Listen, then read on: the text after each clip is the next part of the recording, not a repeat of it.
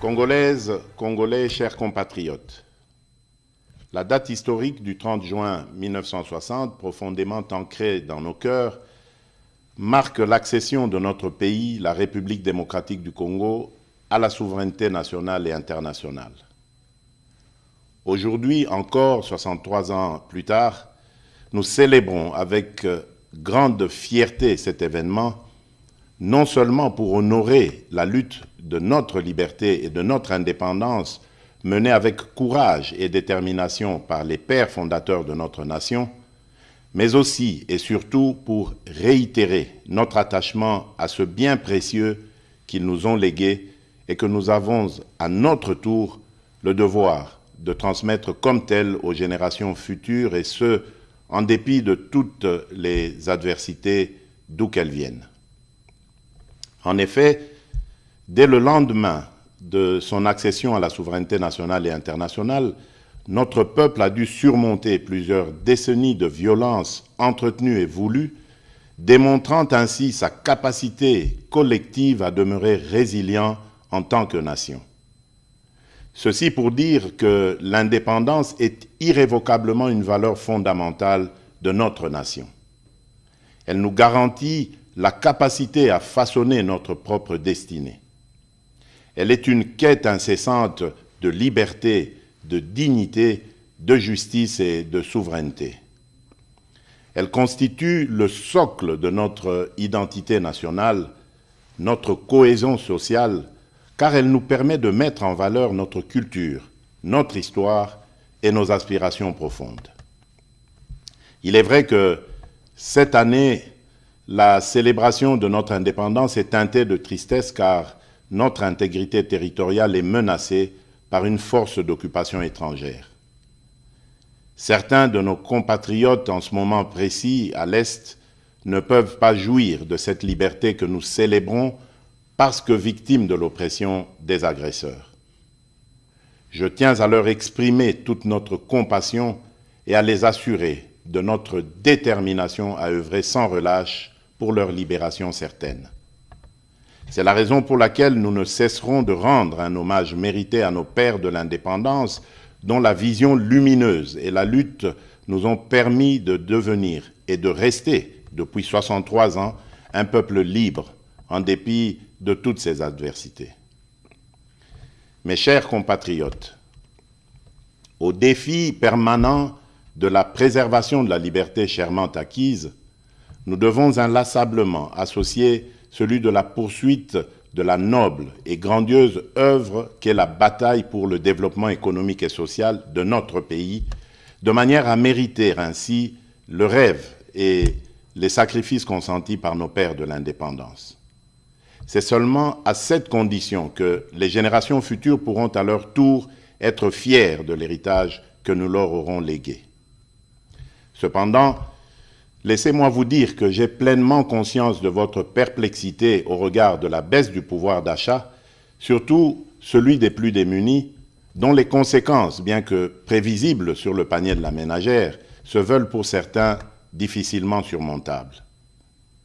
Les performances enregistrées au niveau des recettes intérieures, grâce à une évolution favorable des prix de produits de base et à la numérisation du processus de recouvrement, n'ont pas été suffisamment ressentis à cause du contexte économique mondial et de la situation sécuritaire à l'est de notre pays. En effet, l'enlisement de la guerre en Ukraine, d'une part, a occasionné la hausse des prix mondiaux des commodités et des matières premières, de l'énergie et des produits de première nécessité, entraînant ainsi des pressions inflationnistes dans le pays et même au sein des économies les plus robustes du monde. Et d'autre part, la guerre à l'est du pays a provoqué une augmentation significative du volume des dépenses exceptionnelles dans le domaine de la sécurité en vue de garantir notre intégrité territoriale. Cependant, les perspectives à court et moyen terme demeurent favorables et stables. En effet, les prévisions du Fonds monétaire international pour 2023 sont de l'ordre de 8%, de 7,2% pour 2024 et de 7,5% pour 2025. C'est ainsi que je voudrais vous rassurer que l'amélioration des conditions de vie de mes concitoyens demeure au cœur de mes priorités quotidiennes. J'ai assigné au gouvernement de la République, sous l'autorité du Premier ministre et à la Banque centrale du Congo, la tâche particulière d'accentuer les efforts de stabilisation des paramètres macroéconomiques en vue de limiter au maximum les effets néfastes sur le panier de la ménagère, d'améliorer la gouvernance publique dans ces secteurs et de répondre autant que possible aux aspirations légitimes du plus grand nombre d'entre nous. Mes très chers compatriotes, au choc sus évoqué et que le gouvernement s'est ardemment employé à amortir, se sont ajoutées les menaces persistantes à notre intégrité territoriale et à la sécurité de nos populations et de leurs biens. En effet, le climat d'insécurité qui prévaut dans certains espaces de notre territoire national perturbe fortement la poursuite harmonieuse des ambitions que nous revendiquons collectivement. Comme vous le savez, notre pays fait face depuis de nombreux mois, dans sa partie orientale, à une agression vile et barbare perpétrée par un voisin belliqueux, le Rwanda, au nom d'intérêts obscurs et ignobles. Au regard du danger que court le pays, il vous souviendra que j'avais lancé l'année passée un appel patriotique à notre jeunesse de s'enrôler dans les rangs des forces armées de la République démocratique du Congo et de la police nationale congolaise. Quelques mois après cet appel, nous avons été heureux de voir plusieurs dizaines de milliers de jeunes compatriotes y répondre favorablement. Ceux-ci comptent déjà parmi les renforts à l'effort de guerre livré par nos forces de défense et de sécurité, et nombreux se pressent chaque jour davantage auprès des centres de recrutement prévus à cet effet. À cette occasion, je salue la bravoure de notre peuple qui, meurtri dans sa chair, ne se résigne pas pour autant et ne cesse de défendre avec une énergie inouïe l'intégrité de notre territoire. Je salue également les forces de défense et de sécurité qui s'emploient sans ménagement à mettre l'ennemi hors d'état de nuire en vue de permettre un retour rapide de la paix et de la stabilité indispensable pour notre développement. Soyez convaincus que ce combat que nous livrons au quotidien pour sauvegarder notre souveraineté et notre intégrité, nous le poursuivrons sans désemparer jusqu'à la victoire finale. Telle est et sera notre mission. Maintenant que se confirme la montée en puissance de nos forces de défense et de sécurité, j'encourage une fois de plus le gouvernement de la République de continuer à maintenir cet effort pour que toute aventure belliqueuse sur la terre de nos ancêtres soit suicidaire pour quiconque la tenterait.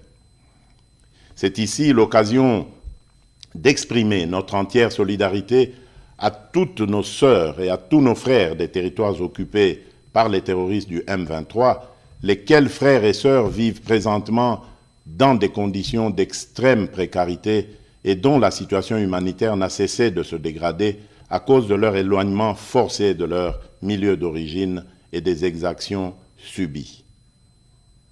Je tiens à les rassurer que les nouvelles mesures arrêtées par le gouvernement, en plus de celles déjà prises sur le plan social, dans le sens de soulager un tant soit peu leur situation, sont en voie d'être mises en œuvre.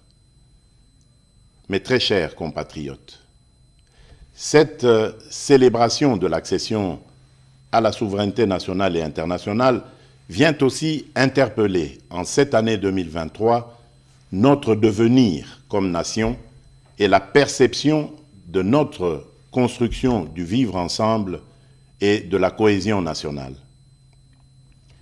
Elle est l'occasion pour nous de renouveler le chantier de l'unité nationale, de construire une société républicaine plus juste, solidaire et vivable pour toutes les composantes sociologiques et linguistiques, quelles qu'elles soient.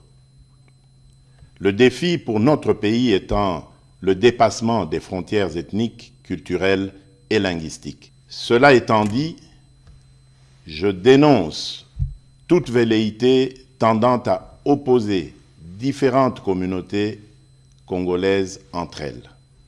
Nous sommes un pays diversifié avec différentes cultures et langues. C'est en cela que réside tout le mystère de notre richesse en tant que peuple parmi tant d'autres sur cette planète. Nous devons célébrer cette diversité tout en travaillant ensemble pour l'atteinte de cet objectif commun qui est celui d'avancer notre pays dans l'unité et la cohésion nationale. Mes très chers compatriotes, l'année 2023 est aussi l'année des élections présidentielles, législatives, nationales et provinciales, mais aussi pour la première fois celle des élections locales. Ainsi, en dépit des différentes contraintes, j'invite instamment la CENI, comme je m'y suis engagé devant la nation, à poursuivre courageusement et sans relâche les efforts en cours en vue du respect des délais constitutionnels dans l'organisation rigoureuse des différents scrutins conformément aux standards internationaux. Au regard de l'évolution à ce jour des opérations électorales effectuées sur l'ensemble du pays, je félicite la CENI pour cette première partie du travail abattu dans le respect de sa feuille de route. De même, je rappelle au gouvernement de la République de continuer à faire sa part, notamment en prenant toutes les mesures nécessaires pour mettre les moyens financiers à la disposition de la CENI en vue de la tenue des élections transparentes et crédibles dans le respect des délais constitutionnels. En effet, ces élections donneront l'occasion aux vrais dépositaires de la légitimité populaire, c'est-à-dire le peuple congolais, de choisir librement celles et ceux qui seront appelés à assumer, pendant une période, la noble charge de la conduite des affaires de la nation au plan national ou local, dans l'intérêt général. Je vous invite donc à aller vers les prochaines élections dans un climat apaisé et serein, en maintenant sans relâche la cohabitation harmonieuse qui nous a toujours caractérisés et qui fait réellement la force de notre nation. Nous devons absolument, pour cela, préserver dans notre beau pays l'unité, la cohésion sociale et la stabilité, nonobstant nos convictions et nos choix qui peuvent, bien entendu, être divergents. En ma qualité de garant de l'unité nationale et de la stabilité de notre pays, je continuerai à jouer pleinement mon rôle pour assurer ce climat de paix qui doit mener le pays sur la voie du développement durable. Mes chers compatriotes, en ce jour mémorable, le défi majeur reste celui d'associer les couches les plus démunies de notre population dans cette orbite du développement, gage d'une véritable indépendance. C'est le rôle assigné au programme de développement local des 145 territoires, le PDL 145T en sigle. Ce programme, destiné à promouvoir l'émergence des économies des territoires et à améliorer les conditions et cadres de vie des populations rurales à travers des investissements publics massifs, permettra non seulement de réduire rapidement la pauvreté et les inégalités spatiales dans notre pays dans le moyen terme, mais également favorisera une convergence rapide des revenus et des conditions de vie entre les populations rurales et celles des milieux urbains. Je me réjouis de vous informer que les 3 agences d'exécution, chacune en ce qui la concerne, ont prévu de commencer à livrer les infrastructures socio-économiques de développement à la base, que sont les centres de santé, les écoles primaires et les bâtiments administratifs dès le courant du mois de juillet prochain. Mes très chers compatriotes, l'indépendance est un droit inaliénable que chaque nation doit défendre avec force et détermination, car c'est ce qui nous permet de protéger nos intérêts et notre avenir. C'est ainsi que, pour terminer, j'en appelle à la mobilisation générale de nos énergies et de nos intelligences, pour continuer à bâtir ensemble notre cher et beau pays, à préserver l'unité et la cohésion nationale, à protéger notre intégrité territoriale. Que Dieu bénisse la République démocratique du Congo et son peuple. Joyeuse fête de l'indépendance à toutes et à tous. Je vous remercie.